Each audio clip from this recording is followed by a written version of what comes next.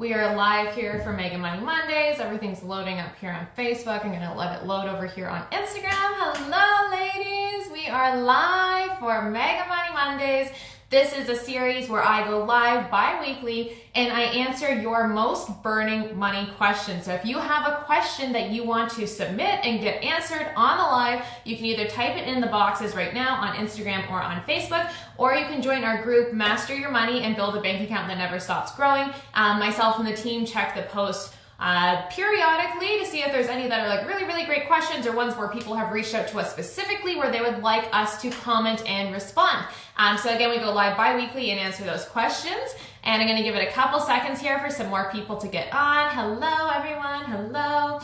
I don't know if it's just me today, but I'm like, why do I just feel so tired? And I had like a good, like 8 hours of sleep. But it's like gloomy and rainy and I'm not made for the winter, so I'm not super happy about this, but it is what it is. Okay, let's see here. Max Steele, thoughts on an RSP for an 18-year-old? An RSP is great. Guys, an RSP, for those of you who don't know, is a registered retirement savings account in Canada.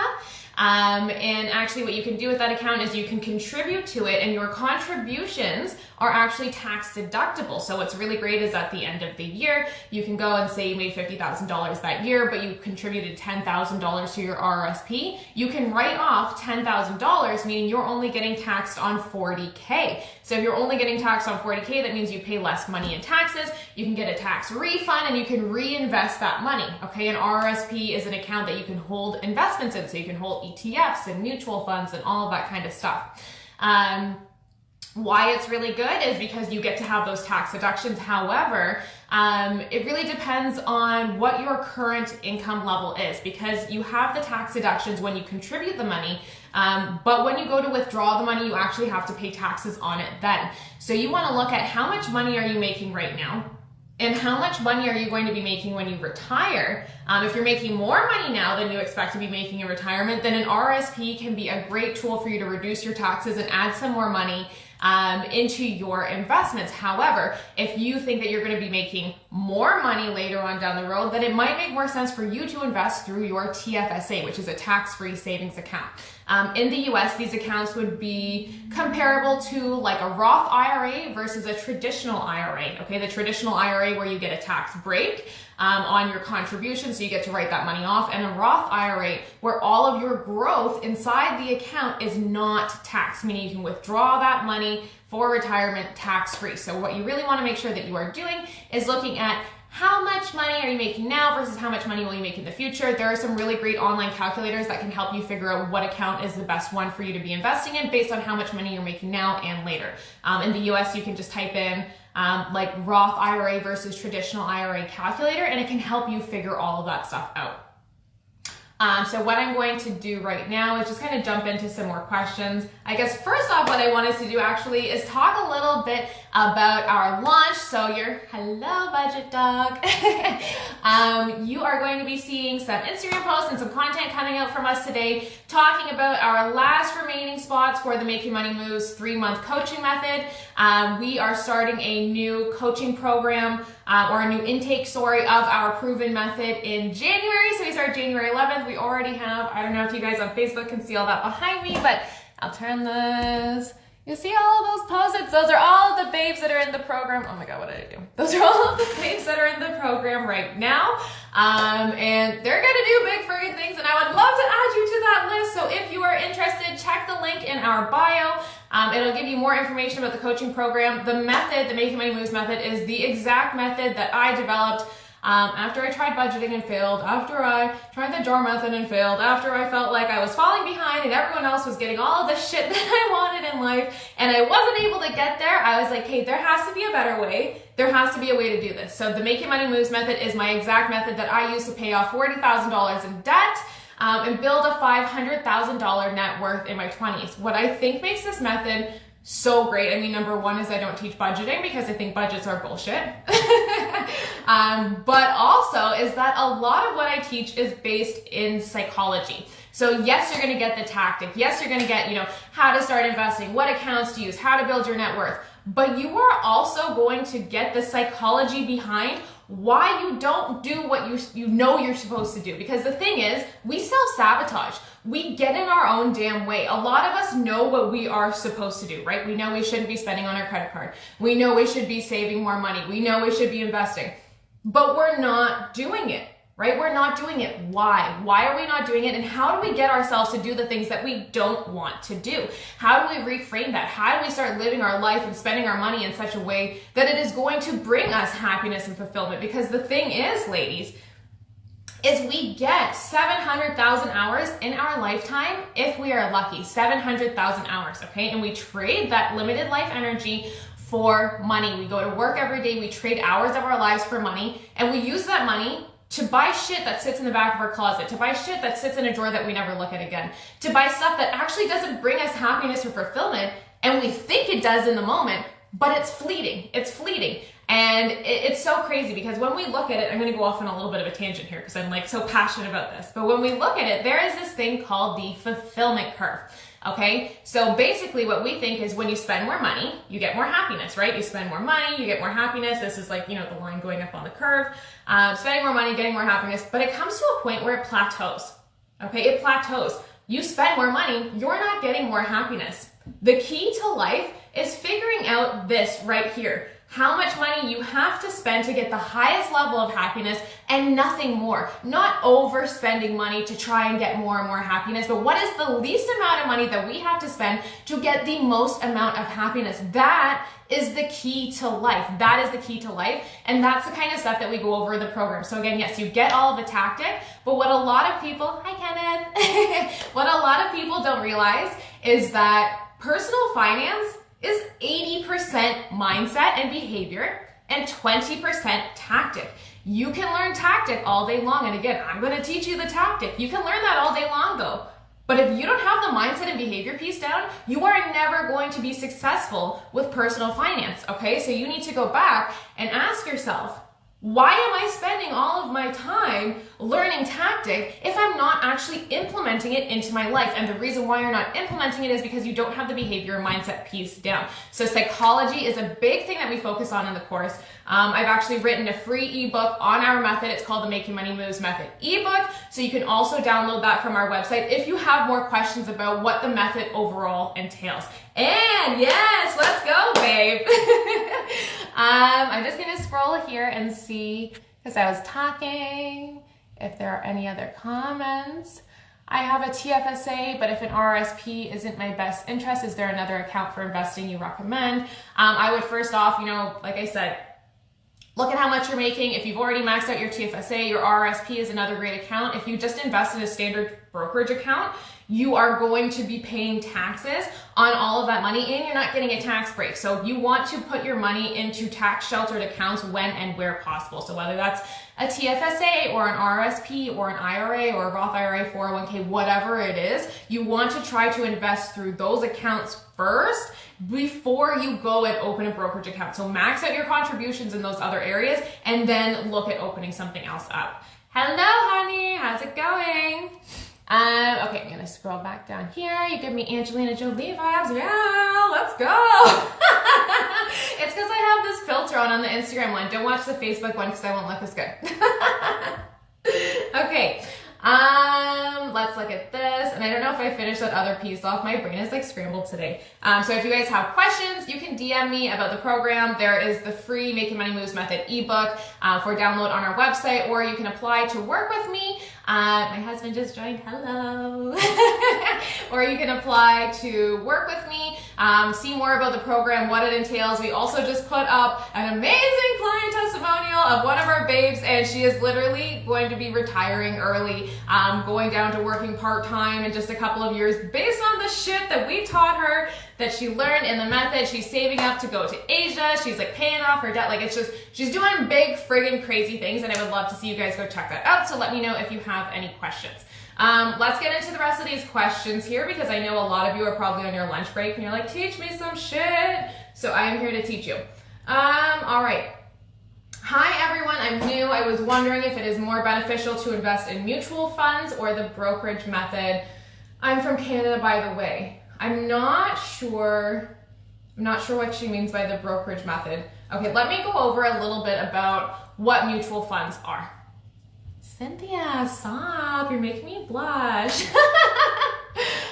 Let's go over what mutual funds are. So a mutual fund, think of it like a basket of stocks, okay? Think of it like a basket. You've got like tons and tons and tons of little different stocks in there. It is a way to have a fully diversified portfolio without having to go out and buy a bunch of different stocks from different areas yourself, okay? So remember, you want more diversification to make sure that your money is safe. Rule number one, ladies, is don't lose money, okay? And how do we not lose money? By making sure that our investments are as diversified as possible. Not only diversified across different industries, but across different countries and geographies and all of that kind of stuff. Additionally, so a lot of people will invest in mutual funds to start their investing journey. When I first started investing, I invested in mutual funds too. Nothing inherently wrong with mutual funds, but you need to understand the premise behind a mutual fund. So a mutual fund typically is sold by a financial advisor, maybe at your bank, okay? And mutual funds are sold because they make very high commissions and have very high fees for the financial institution. They make a lot of money off of those products. A lot of financial institutions will push their own mutual funds. It'll be like RBC, that's a big bank in Canada, you know, RBC's mutual fund, blah, blah, blah, blah. They will push their own mutual fund to you because it's like private label. They make more money off of it that way. Even if you find a financial advisor who is an amazing person and just wants the best for you, they are still working for a corporation and a bank who puts profits first, right? They want to make money. And how do they make money? Off of selling you mutual funds, okay?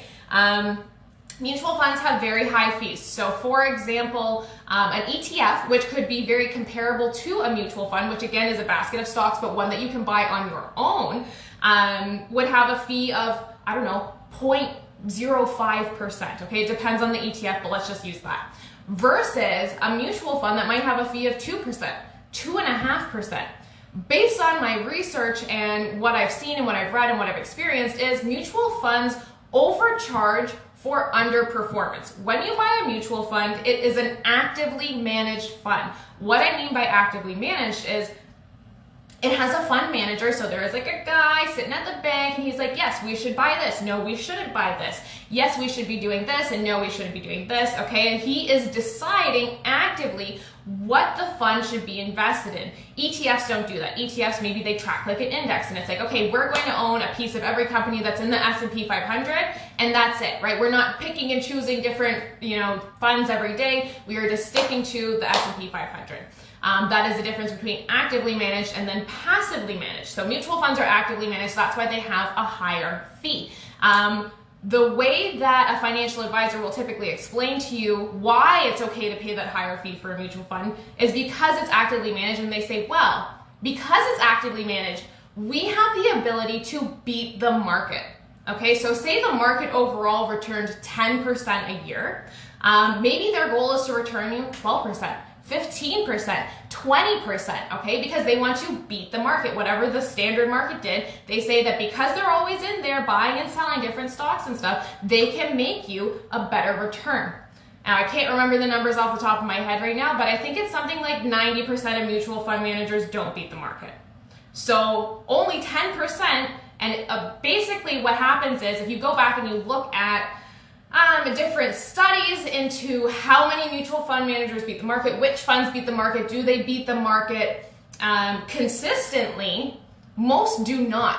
It's usually a fluke when somebody ends up beating the market. So you are overpaying for underperformance. Sometimes because they're buying and selling so many different things, you're getting hit with a lot of fees like different taxes, okay? And you are sometimes missing out on some of the best days in the market for different funds. Usually the best strategy is to buy and hold an ETF, okay? And when you're comparing it to mutual funds. Mutual funds, you are overpaying for underperformance. They are not beating out the market. They're probably not even doing as well as some of the ETFs that are just passively managed, okay? Because the market's going to do what the market's going to do. Nobody can accurately predict what's going to happen in the market or the economy, all right? And if you always call for rain, eventually you'll be right because eventually it will rain, but it doesn't mean that you knew it was going to happen. It just means that it's par for the course.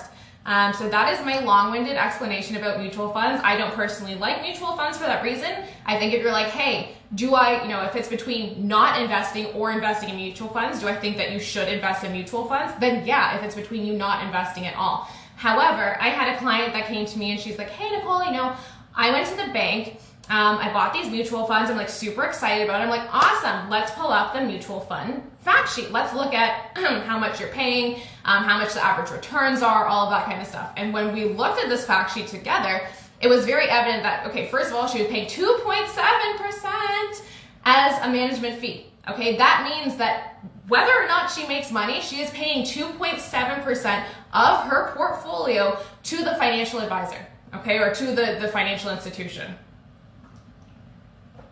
And she was super scared about investing, so she was very risk averse. So the majority of her portfolio, these mutual funds, were bonds, okay? And bonds, if you're lucky, you can assume maybe about 3% average return, and stocks maybe somewhere around 7 to 8%, okay, just on average.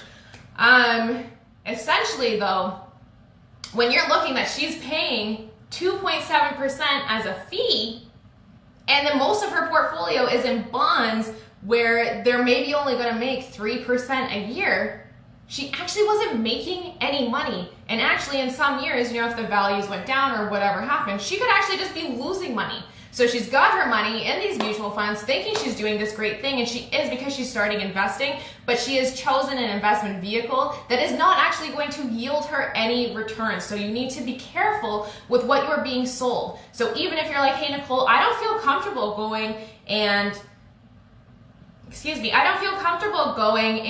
picking my own investments. I don't feel okay with doing that yet. You still need to learn about the market. You still need to learn about, mutual fund fact sheets, how to read them. You still need to learn about fees, because when you have, so if your fees are 1% higher, a 1% difference in fees can mean 10 years less in retirement income. 10 years less in retirement income from a 1% increase in fees, okay? So you need to make sure that you understand what you're doing so that when you go there to speak to that financial advisor, that you can sit at the table with them and you can talk to them and you know what you are talking about and you can make an educated decision, because they will not always sell you what's best for you, okay? Mutual fund, financial advisors sell you mutual funds because that's where they make the most money, not because it's the best investment vehicle for you. I cannot speak today. But yes, that is I have like a love-hate relationship with mutual funds, mostly just hate, not really any love. Okay, I hope that answered your question, honey. Hi, I just joined this group and I'm very new to investing. What are some stocks I should invest in? How do I do research to know which ones are best for me? Okay. When you are new to investing, do I think you should be going out and picking individual stocks? No. I don't teach individual stock investing. I think it is super risky. And for the average person, for most people, even Warren Buffett recommends this, is to just go out and buy ETFs. You have automatic diversification. It's a portfolio in one, basically. You don't need to worry about buying different companies and how much of this one and how much of this one. Just buy an ETF that tracks the S&P 500, buy an asset allocated fund, okay? There are lots of other options for you. Use a robo-advisor, okay? If you're like, hey, I don't want to pay for a financial advisor, but I want a little bit of help, robo-advisors are amazing. You go, you create an account, you answer some questions, you fill out a questionnaire, and it's like, hey, based on this, we think you should invest in all of this. You're like, yeah, okay, cool. And it makes you a portfolio and it rebalances it for you and it does it all for you. So if you are new to investing, I would not recommend picking individual stocks. I would recommend picking some ETFs, and I would recommend learning everything that you can about the market, because the thing is, when you go to a financial advisor, their benefit is not in the fact that they can make you a better portfolio than you can make yourself, because that's bullshit. Their benefit is in the fact that they can help you control your emotions. Okay, they can help you if you get like overconfident about a stock, when Tesla was going to the moon. If you're like, I'm gonna jump on and put in 50 grand, maybe they'd be like, holy crap, like stop, with the FOMO, let's take a step back. Do you want to put all that money in here? Kind of reeling in your emotions. Additionally, when markets drop, as markets always do, okay, it's a cycle, they can stop you from making bad decisions, right? when you invest, you want to buy low and sell high. And what most investors do, because they invest emotionally, is buy high and sell low. You get FOMO, everybody's riding up, you're like, oh my God, I should get in, and you buy at the top, and then it drops and you're like, oh my God, I'm losing all my money, and then you sell. So you buy high and sell low. So that is how a financial advisor can help you if you are not well versed in what happens in investing. So if you guys don't know, we have a course, it's incredible. It's called The Millionaire Investor. It's a 12-module self-study course, takes you through everything you need to know about setting up your own portfolio, so you don't have to pay a financial advisor, but you can still if you want to. But it just gives you all of the information that you need to know to get started about the market history, how to make a portfolio, what the heck does rebalancing even mean, what's a 401k, all of that kind of stuff. Okay, another question here. Let's see. Okay, so I made a post in our Facebook group, and I basically said, okay, like, what do you guys think? Is it rude to talk about money, or is shame around money something that has been taught to benefit the rich? Okay, and I got a response, and I wanted to talk about it. So the response was, I find it uncomfortable to talk about money because I'm personally embarrassed at the amount that I make. I'm personally embarrassed at the amount that I make. Now, I had to take a step back, and it's like, why are you embarrassed about how much you make? Why do we believe that there's a correlation between how much we are paid and how much we are worth? There is no correlation between what we're paid and what we're worth. Okay, we are paid for tasks that we do. We do a task and we get paid for it. The task that you do has no correlation to who you are as a human being. And I think we spend so much time wrapping ourselves up in who are we and like defining ourselves by our jobs and shit. But at the end of the day, we're a person that's trading some of our life for money so that we can go spend it in ways that make us happy. Because although money isn't everything, everything takes money. So you need to learn to master your money. However, your money does not define who you are. Fuck yes, girl, let's go. And so I just wanted to come on here really quick and make a quick comment about that as well. Additionally, with that, so she ended up responding, and she did say something, I don't have the comment here, but she did say something about, I feel like I should be paid more for what I do. Great. Okay, so let's work towards getting you a raise. Let's work towards negotiating your salary, or let's work towards, getting a job that is going to pay you what you feel like you're worth based on the tasks that you do, not you personally are worth, but those tasks that you're doing, what are those worth? You need to see what are people in your same geography making, what are other people in your company making, and P.S., not talking about money and having shame about money will keep us all paid less. Will keep the gender pay gap a real thing, because when we don't know what Sarah in accounting is making and Sarah doesn't know what Becky's making, even though they do the same job, can we pay them different amounts as an employer? Yeah, we can. If no one talks about it, fuck yeah, we can pay everybody whatever we want. Okay, they don't want you to talk about it because they don't want to have to pay you fairly. So let's make it an open conversation. And P.S., if you have something in your contract that says that you're not allowed to talk about your salary, you're going to have to look back into the laws for your state and your country and all of that kind of stuff. But most of the time, that's illegal. That's illegal. They can't fire you for talking about your salary. So look into that. Question, does the Millionaire Babe teach us about index funds? Yes, it does, honey. It teaches you all about creating your own portfolio of ETFs, and index funds. Teaches you what they are, teaches you about stocks. It goes over some real estate trading, just added some stuff in there about Bitcoin and why I don't invest in it. So basically teaches you, I think, everything that you need to know to get started. There's also some really great reviews on there, so feel free to go and check those out. We always talk with our colleagues here in Norway. It's not taboo to talk about salary. Yes, I freaking love that. I feel like, I don't know if it's just like a North American thing, but I think it's such fucking bullshit. There is no reason why we should be attaching any sort of self-worth to how much we make, and we should be talking about it openly so that everyone knows that they're getting paid a fair amount. Because if you find out that Sarah does the same job as you and gets paid $10,000 more, you bet your butt you're going to be going and trying to get that $10,000, and your employer doesn't want that. So let's make it an open and honest conversation. Okay, let's get back to the questions here. Hey ladies, what is crypto? Bitcoin, and is it worth investing what I can? I hit a snag and had to pay from my little savings for my car. I'm a student. Okay, so I don't believe in cryptocurrency. Not that I don't believe in cryptocurrency as the fact that, you know, you can never use cryptocurrency. You know, there could be decentralized finance in the future. I do believe that. However, do I believe that Bitcoin or altcoins or whatever they are actually have any use today? No. Let's look at it this way. Imagine you get paid 5 Bitcoin. Okay, that's your salary from your employer. Your employer pays you 5 Bitcoin. And one day that 5 Bitcoin is worth $60,000, you know, when you convert it. And then the next day is worth $30,000. Are you going to be happy accepting Bitcoin as the method of payment for your work if the value fluctuates so much? Because you're going to be able to buy half as many things in that example. Another reason is why, like, as a business owner, would I ever want to accept Bitcoin as a currency? Not when the value fluctuates so much, not when I could have $100,000 and then the next day I could have like 10.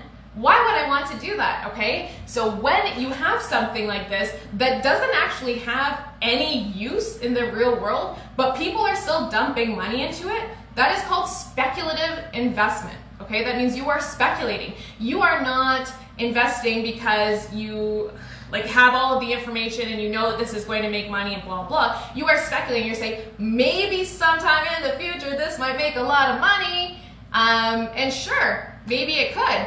But you could also lose all of your money. I get messages from girls all the time that are like, Nicole, I lost all my money in crypto. And I'm like, sorry. You know, that's, can you invest in crypto still? Sure, but know that the value of that cryptocurrency is not being propped up by people who buy it and own it and use it as a currency. They're buying it because they think it's going to make them money in the future. It's a non-productive asset. They believe that in the future, someone will pay them more for it than they paid today. It's speculating 101, and it is like the surest way to lose money. And when you speculate, you're doing nothing other than gambling. Until, you know, cryptocurrency is widely accepted and it is used and it has a stable value, then I think it has no value in and of itself. It only has value because investors say it has value. And investors only say it has value because they think they're going to make money off of it. But if anything happens and they can't make money off of it, they're going to pull their money out and all of you guys are going to lose money. So don't put any money into cryptocurrency that you aren't okay with losing 100% of. Can you put it in like, hey, I'm going to take $500 and go to the casino? Yeah, sure, you can do that. But just know that it is very, very, very risky and it is very, very, very volatile. And a lot of people will be like, but there's only so many Bitcoins. Okay, but there's like, I don't even know, hundreds and hundreds and hundreds of other coins that were created, and who's to say that Bitcoin is the best? And why wouldn't the government just come in and say, okay, we're going to use, you know, cryptocurrency and we're just going to make our own and you have to use ours? Who's to say that that wouldn't happen, right? So there's so many things, and that's why it's all speculating. That's why I don't touch it. However, my husband does invest in it. Again, but he also gambles in the casino and I don't. So I am more risk averse. Rule number 1 for me is don't lose money, and that is why I won't touch cryptocurrency. I saw some comments on here. Let me see. I'm actually asking for a raise tomorrow. Ask for over what I want because the most I can get is a no. Aim for the sky, babes. Yes, and a no just means you haven't found the way to come to a yes. A no doesn't mean the discussion is over. The no means the parameters that we have right now don't equal a yes for both parties. So how do we change them?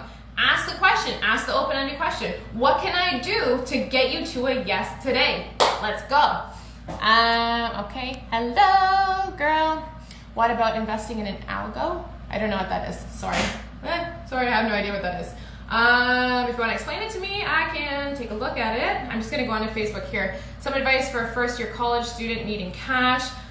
Babe, I see this all the time. I think the best thing that I can say to you is reduce expenses, and you gotta get a job, right? Whether it's working, doing like VA work, you can do work online. Like, it doesn't have to go be some, you know, huge corporate job or whatever it is, but you need to find a way to bring in some money. So, I mean, I would say, you know, the best thing to do take our 30 days to 100K challenge. That'll teach you some really basics to like negotiating your bills, saving some more money. But in terms of, hey, I'm a college student, I'm not making any money, I would say go and get a job and start making some money that way and start saving it. Hi, Carissa. You love my content? I love you.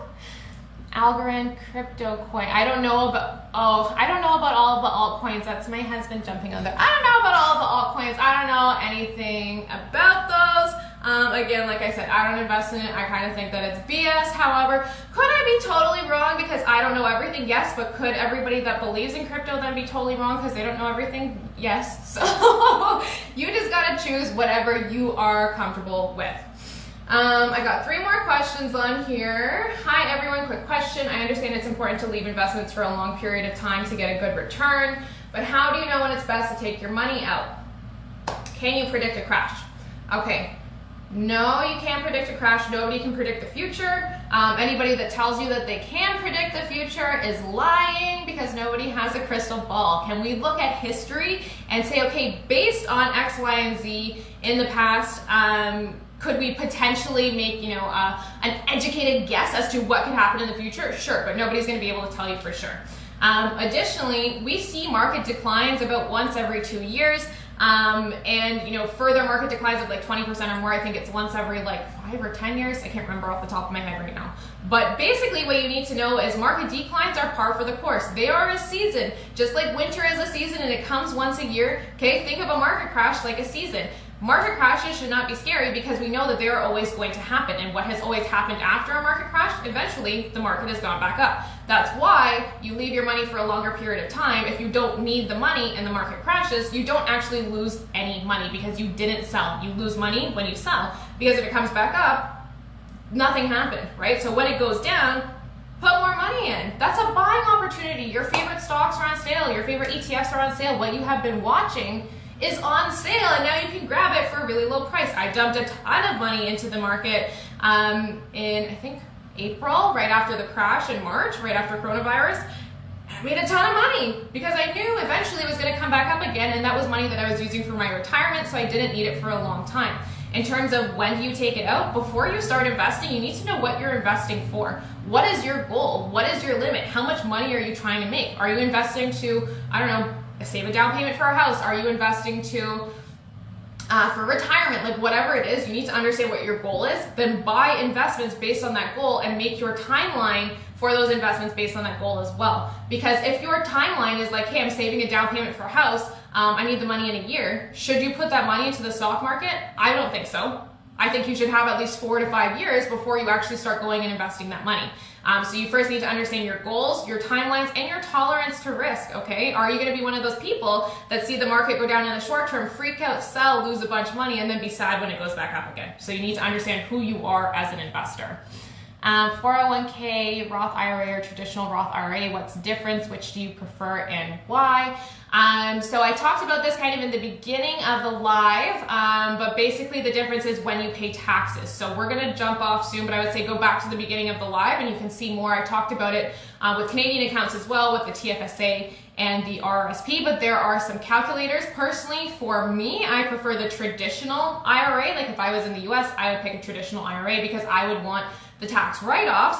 However, it depends on how much you're making. So if you're making more money now than you will be in the future, then you want the tax write-offs now typically. But if you're going to be making maybe more money in the future, then maybe you want to grow that money tax-free. So there's some really great calculators online. So you can type into Google like traditional versus Roth IRA calculator and you can put in all of your information and it will give you a rundown of what is probably best for you on there. What account should you invest in for a short-term goal, like a down payment? It depends again on your kind of investor profile and your tolerance to risk. But you can do like a high yield savings account. You can do GICs or CDs. CDs are the same thing in the US. So it really depends on, who you are, what your goal is, what your tolerance to risk is. Do I have some money that I'm using for a down payment on a rental property in the markets right now? Yes. Could I potentially want it in less than 4 years? Yes, however, I'm risk tolerant and I'm open to moving the date of my goal. So you need to understand, we go over all this in the course too, but you need to understand more about who you are as an investor, what timeline you have for your goal, if that timeline is easily movable, all of that kind of stuff before you understand what investments are good for you. But typically you want lower risk types of investments for shorter term goals like high yield savings account, GICs or CDs, potentially bonds. Is there a difference between keeping my investments in an account like Stash versus a Roth IRA? Yes, so we talked about this a little bit earlier. So if you just have your investments in a regular brokerage account, you're going to be taxed. You're going to be taxed on whatever it is that you sell, and you're going to have to pay capital gains tax on all of that money. However, if you invest through a Roth IRA or an IRA, you get tax benefits. So when and where possible, always put your money into a tax sheltered account first. I'm currently working through the investment course on module 4 right now. Amazing, babe. I don't remember what module it is, but we talk all about like different types of investments, different types of goals, and which ones are right for each goal in the course. So amazing. ETFs or CDs. A CD is, you're lucky to keep up with inflation with the amount of interest that you get. So an ETF or an ETF, sorry, I'm reading that wrong. An ETF is investing in stocks. So they're completely different beasts, basically. Okay, let's see. Last question on here, and then I'm gonna jump off because I need to eat, and then I have some client calls. I was just scrolling around on Facebook and I saw that there's a unit in my building. Oh, this was a good one. Okay, you have to stay for this. And I saw that there's a unit in my building identical to my unit that's about $150 less than what we pay right now in rent. Is it logical to negotiate my rent? There are probably so many of you that are seeing stuff like this right now. And yes, why would you not negotiate your rent? Hello? No, okay, so let's go back a little bit. First, what you want to do is if you're like, hey, Nicole, I want to negotiate my rent. What the fuck do I do? Cool. Let's go back and let's see what units in your building are renting for. You can call a real estate agent in your area. You can look online, okay, and see what units are renting for. Then you want to see how many units are available on the market. If you see that there's a lot of units available on the market and that the rental prices are down from what you paid, that means there's more supply than there is demand, which means you are in a good position to negotiate with your landlord. So what you want to do is go ahead and pull all of the recent rents. How much have the apartments that are the same as yours, okay, rented for? So don't go back and be like, you have like a, 2-story penthouse and you're like, well, this 2-story on the ground floor that has really shitty renovations rented for less. Like, don't try to pull something like that, but find comparable units that are comparable in size and rooms and view and, corner units and whatever it is, that find basically the exact same unit. What did that rent for? What can you say is a reasonable range for what the rents in your building are right now for your same unit? And then you can go back to your landlord and say, hey, based on, what's happening in the market right now, times are tough. I would hate to have to go and rent another unit, but I don't think it makes sense for me financially to stay here and pay this high rent when I can get the exact same unit for $150 less a month. Okay, and then you may think, oh, well, it's only $150 a month. Girl, that's so much money. That adds up so much over time, okay? So what you want to do then is go back, negotiate that, say exactly that. I would hate to have to leave, but it doesn't make sense for me financially to stay here if I can get the exact same unit in the building for less. They don't want to lose you as a tenant right now because you've been a good tenant, you've been paying your rent on time. You can remind them of that, okay? But they probably know. If you've been a good tenant, they probably know.